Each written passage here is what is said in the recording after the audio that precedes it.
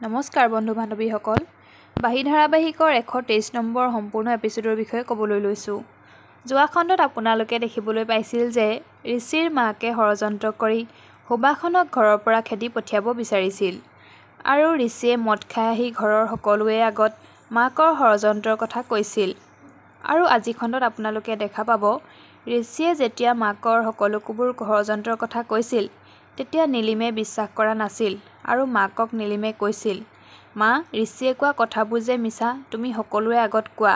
তেতিয়া মাকে কয়, ঋষি সুস্থ অৱস্থাত নাই, সঁচা মিছা যি টি কৈ আছে আৰু তইতো মোক জান, মোৰ ওপৰত তোৰ বিশ্বাস নাই নেকি?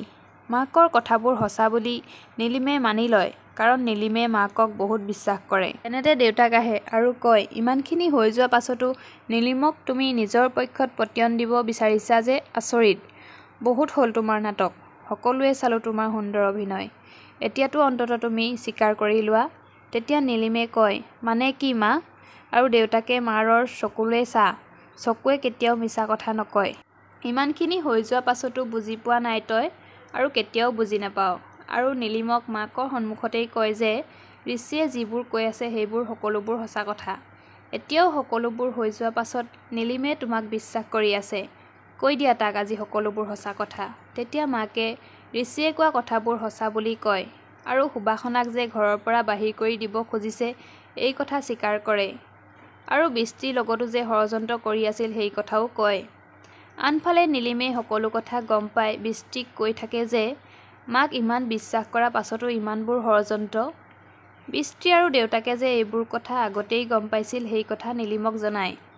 আনফালে ঋষিয়ে মদ খাই আহি মাকৰ সকলো কথা উদঙাই দিয়া বাবে ঋষিক গালি পাৰে। বৃষ্টিয়ে যে ঋষিক মদ খাবলৈ পইচা দিছিল আৰু মদ খাই মাকৰ আচল ৰূপ উদঙাই দিছিল এই কথা মাকে গম পাইছিল।